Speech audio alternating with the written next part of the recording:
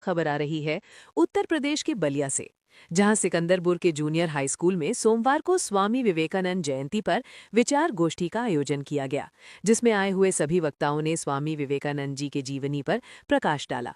वहीं बतौर मुख्य अतिथि के रूप में पहुंचे भारतीय जनता पार्टी के वरिष्ठ नेता पूर्व सांसद वीरेंद्र सिंह मस्त ने कहा कि स्वामी विवेकानंद जी ने स्पष्ट संदेश दिया था, यदि कोई पड़ोसी भूखा मर रहा है और हम मंदिर में भोग चढ़ा रहे हों, वो पुण्य नहीं बल्कि पाप है।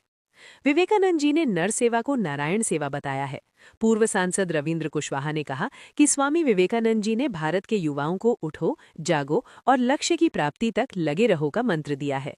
उन्होंने कहा कि मैं तो सभी युवाओं से कहना चाहता हूं कि आप सभी स्वामी विवेकानंद जी के पद चिन्हों पर चलकर देश हित में कार्य करें। कार्यक्रम के आयोजन पूर्व मंत्री राजधारी सिंह ने आए हुए सभी अतिथियों को फूल मालाओं के साथ अंगवस्त्र देकर सम्मानित किया व क्षेत्र से आए हुए सभी का आभार प्रकट किया। पत्रकारों से बातचीत के दौरान पूर्व मंत्री राजधारी सिंह ने कहा कि लगभग 25 वर्षों से स्वामी विवेकानंद की जयंती मनाते आ रहे हैं। उन्होंने युवाओं को प्रेरित करते हुए कहा कि स्वामी विवेकानंद जी के आदर्शों पर चलें और देश हित में कार्य करें। वहीं खरीद दरौली पक्का पुल पर निर्माण को लेकर पूछे गए सवाल पर उन्होंने कहा कि हमारा प्रयास है कि बहुत जल्दी इसका निर्माण कार्य शुरू हो जाए। वहीं सिकंदरपुर में रोडवेज बस स्टेशन न होने पर पूछे गए सवाल पर उन्होंने कहा कि परिवहन मंत्री जी से मेरी बात हुई है। उन्होंने कहा कि स्थान को चिन्हित करके हमें बताएं, हम स्वीकृति करेंगे। जगह चिन्हित होते ही रोडवेज बस स्टेशन का निर्माण कार्य शुरू हो जाएगा। लेकिन सबसे बड़ी विडंबना है कि कहीं जगह नहीं मिल रहा है। प्रयास है कि जल्द से जल्द कहीं जगह मिल जाए ताकि सिकंदरपुर के लिए रोडवेज बस स्टेशन का निर्माण कराया जा सके। आगे उन्होंने क्या कुछ कहा, देखिए इस रिपोर्ट में। देखिए बलिया से अंगद कुमार की रिपोर्ट। जो विधानसभा का पिछली बार चुनाव हुए थे, आदरणीय नसीम चिश्ती जी का और आदरणीय निसार भाई का मैं इस कार्यक्रम में अभिनंदन और स्वागत करते हैं। धन्यवाद।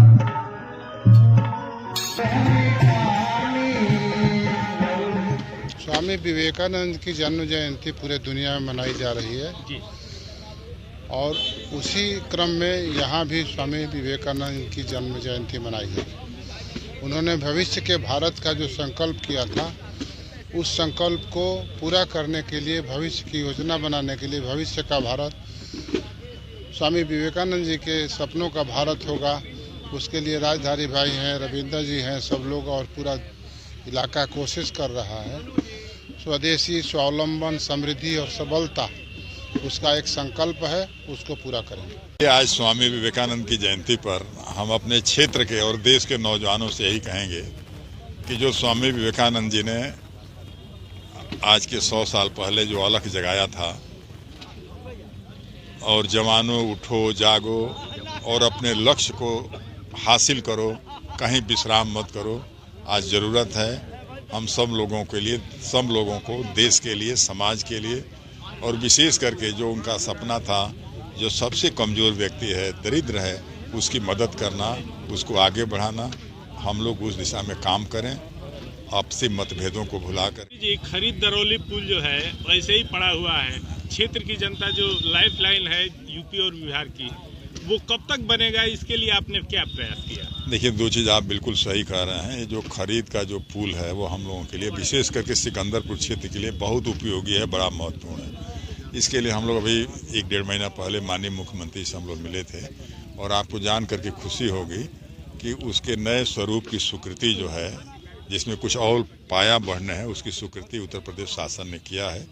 और जो सेतु निगम के यहाँ इंजीनियर हैं जो काम देख रहे हैं, उनसे हमारी परसों बातचीत हुई तो उन्होंने कहा कि अब पैसे की स्वीकृति हो गई है और जितना जल्दी होगा पैसा आ जाए। एक सबसे बड़ा प्रमुख मुद्दा है और मांग भी है कि यहाँ की रोडवेज बस स्टेशन नहीं है और लोग काफ़ी परेशान रहते हैं। चूँकि परिवहन मंत्री जनपद से हैं, सिकंदरपुर के लिए कैसे सौगात दे पाएंगे क्या लोग? अच्छा, अभी पिछले दिनों आए थे परिवहन मंत्री जी बलिया में, सम्मान कार्यक्रम कर रहे थे अपने विधानसभा क्षेत्र का, उसमें हम लोग सम्मिलित थे।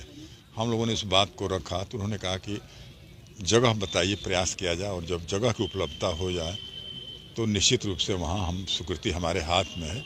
से जगह की उपलब्धता, तो एक दिन मैंने एसडीएम से बात किया है कि भाई सिकंदरपुर शहर के मैंने जहाँ पुराना हम लोग का स्टाफ था या चौराहा है, अगल बगल कहीं कुछ ऐसी जगह मिले जहाँ पर जो है रोडवेज का डिपो बने, तो सबसे बड़ी दिक्कत विकास में स्थान का भी है, ज़मीन का है। तब उसका हम लोगों की जिम्मेदारी है कि कहीं खोज करके उपलब्ध कराया जाए। अच्छा, लगातार स्वामी विवेकानंद जयंती आप बनाते चले आ रहे जी। हैं, बहुत से लोग यहाँ पे नेता हैं और वरिष्ठ लोग हैं, आपके दिमाग में कैसे सूझा, कहाँ से प्रेरणा मिली कि हमको ऐसे महापुरुष का जन्म जयंती मनाना चाहिए? देखिए, ऐसा है, ये बहुत तुलना करने वाली चीज़ नहीं है, ये आदमी की अलग अलग सोच है। और जो भी महापुरुष हैं हमारे पूर्वज, तो हम उन्हीं से प्रेरणा ले सकते हैं, जिस तरीके से वेदों से, शास्त्रों से।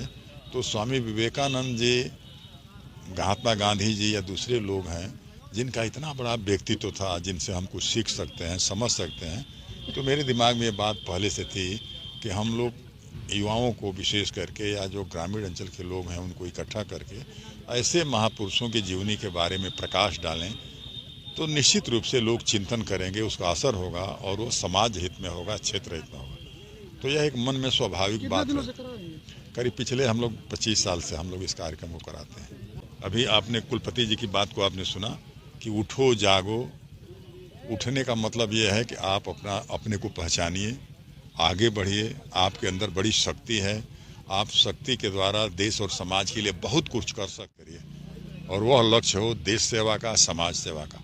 लेकिन बच्चे तो उठ रहे हैं तो सीधे सीधे मोबाइल पर ही हाथ उनका है। देखिए, ये तो दुर्भाग्य है। मोबाइल तो समझ लीजिए कि बहुत ही स्वास्थ्य से लेकर के और मानसिक तनाव का एक कारण बनता जा रहा है, और उसमें वो अच्छाइयाँ भी बहुत हैं, बुराइयाँ भी बहुत हैं। तो स्वाभाविक है कि नई उम्र में बुराई की तरफ अधिक ध्यान जाता है। तो हम तो यही प्रार्थना करेंगे नौजवानों से या सबसे कि मोबाइल का कम से कम प्रयोग हो। बहुत सारे देशों में तो मोबाइल का प्रचलन बंद कर दिया गया।